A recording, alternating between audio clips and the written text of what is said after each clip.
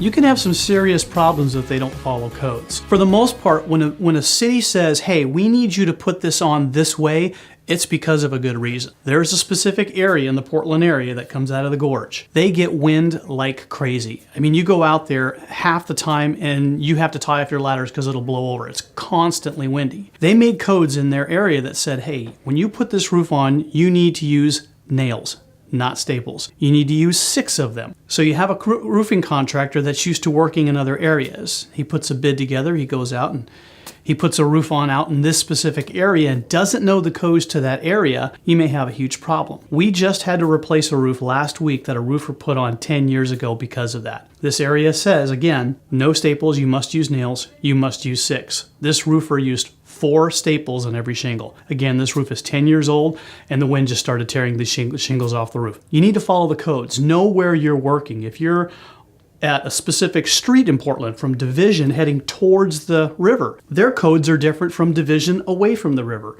and that's because of those wind requirements. Know the codes of the area, make sure the roof is put on correctly. This homeowner, unfortunately, has no warranty to go back on the other roofer, and now he had to pay for another roof to go back on the correct way. There's 2 different reasons he doesn't have that warranty. One is the roofer that put it on only gave him a 3-year warranty. It's 10 years old, so the roofer just basically washes his hands and heads out of it. The state of Oregon will hold that roofer liable for 10 years.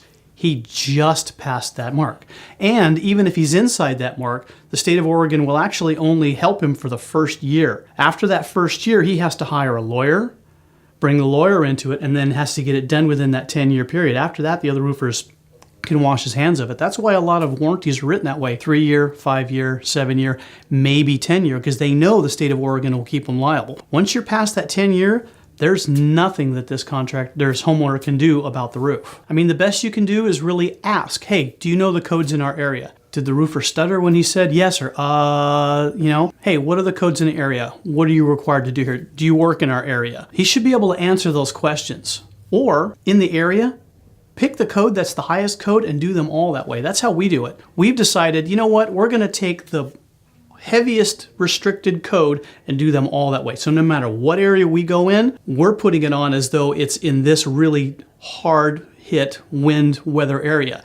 So even if you're in Southeast Portland, you're in Hillsborough, doesn't matter where you are, you're getting the code that's the highest one. 6 nails per shingle, nails not staples, put on the correct way. That takes some of that out of there. Ask the roofer, how are you putting this roof on?